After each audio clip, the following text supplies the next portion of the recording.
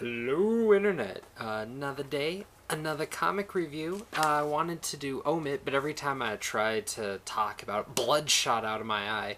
So instead this time I want to talk about what if the Amazing Spider-Man had never married Mary Jane. Now the first page here sums up so much. There's Mary Jane on the rooftop and Peter right there hanging on the wall. Peter thinking, I want to marry you more than anything in the world, Mary Jane, but I have no choice. We can never be together.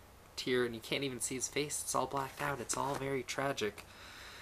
Then there's some exposition, and most importantly in the corner, wedding dress designed by Willie Smith.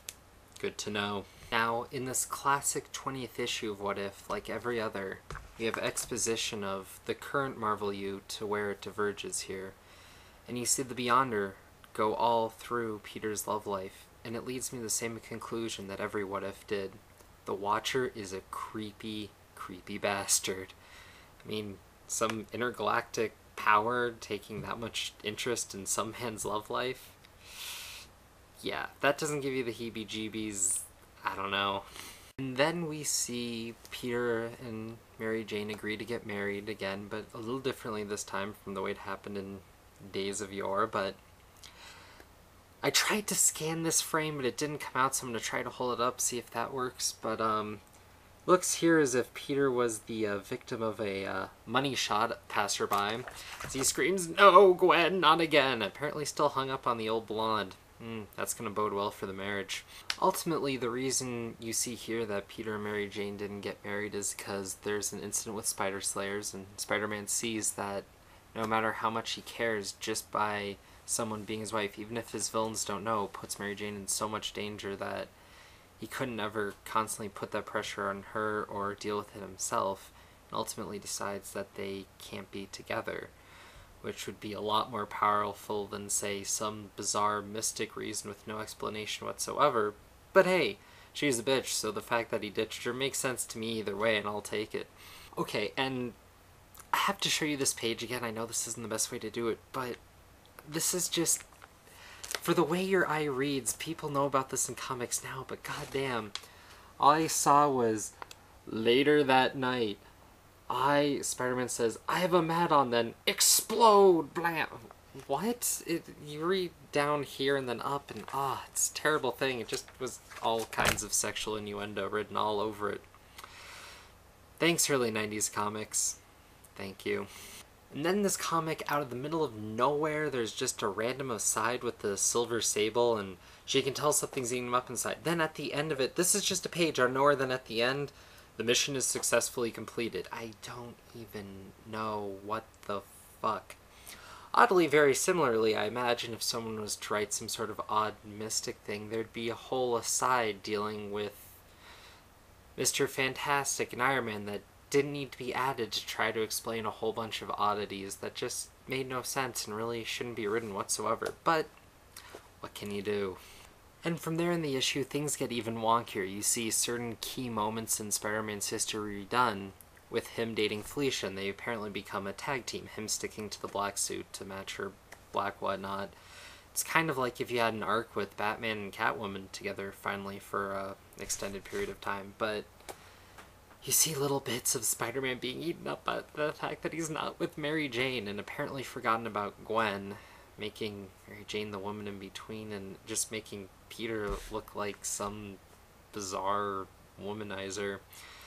And Mary Jane and Felicia get incredibly catty, very catty. So much so that it's not even a pun anymore, it's just pathetic, and doesn't match any of the characters' understanding before. I don't know what it is about Spider-Man getting married that brings out the decharacterization no matter what the writer, but it seems to happen every time you touch upon the subject, whether it was the initial writings, or this, or OMIT, or One More Day. And the ultimate bit is here. I love Spider-Man, but whenever they talk about marriage, the story sucks. It's bad, there's no point to it, and ultimately what needs to happen is they just need to pick an angle, work with it, because in the end it's not really going to affect most of the stories anyways. And most days, I'd rather see them focus more on the villains and developing them than worrying about Peter's often neglected love life. So here's my end bit. What If was tacky, hokey, and stupid and was made in 1990. But the point is in one, well, really two issues because it was to be continued, but it sums up everything that OMIT was trying to go for in one issue, does a whole bunch more, and frankly, when you read OMIT, it's 4 issues, $3.99 with stupid stuff added in the back, art all over the place, stupid, makes no sense. It was something that didn't need to be written. As comics, we suspend our disbelief, and we suspended our disbelief, and then we got a bunch of great Spider-Man stories, and they felt the need to fit all this stuff in, and we already accepted, okay, some deal was made with the devil, and that explains whatever the fuck, they made a new status quo, and it was a relaunch. Okay. But then you bring the OMIT, you try to describe everything, nobody wants to read it. I haven't heard a single positive thing by anyone about this comic, which to me is saying, even if it was bought, a lot of people are stuck where I was. It's in my box. I couldn't avoid it because I didn't think about it 2 months out, and for that, because I didn't want to cancel Spider-Man because I knew something good was coming around the corner, I didn't bother. Then here I am stuck with this terrible story that didn't need to be written. So sometimes just letting bygones be bygones is great. A great example is nearly any major character you see Gail Simone start up with. There's a certain status quo.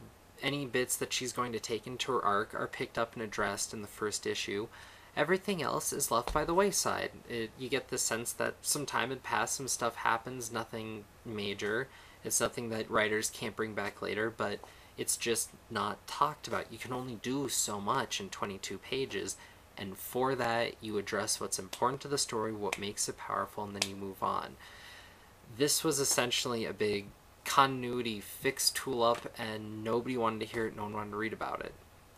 And I'm just going to head and spoil it. In OMIT, it's Mr. Fantastic, Iron Man, and Doctor Strange getting together to say, we must make the world forget, except Peter does something where her and Mary Jane remember. Now what's interesting to this is all three involved forget, which explains the Kelly arc with the Fantastic Four that was done over a year ago now, but it doesn't explain the interactions between Mary Jane and Peter before, and you get the sense that they only remember certain bits, and it's all very confusing. And for that, every bit about that is still confusing. It still confuses the issue of how other people perceived their marriage before Civil War to right after, because essentially now they remember being not married, then they weren't. Does that mean they have dual memories for events, for how people perceived and not?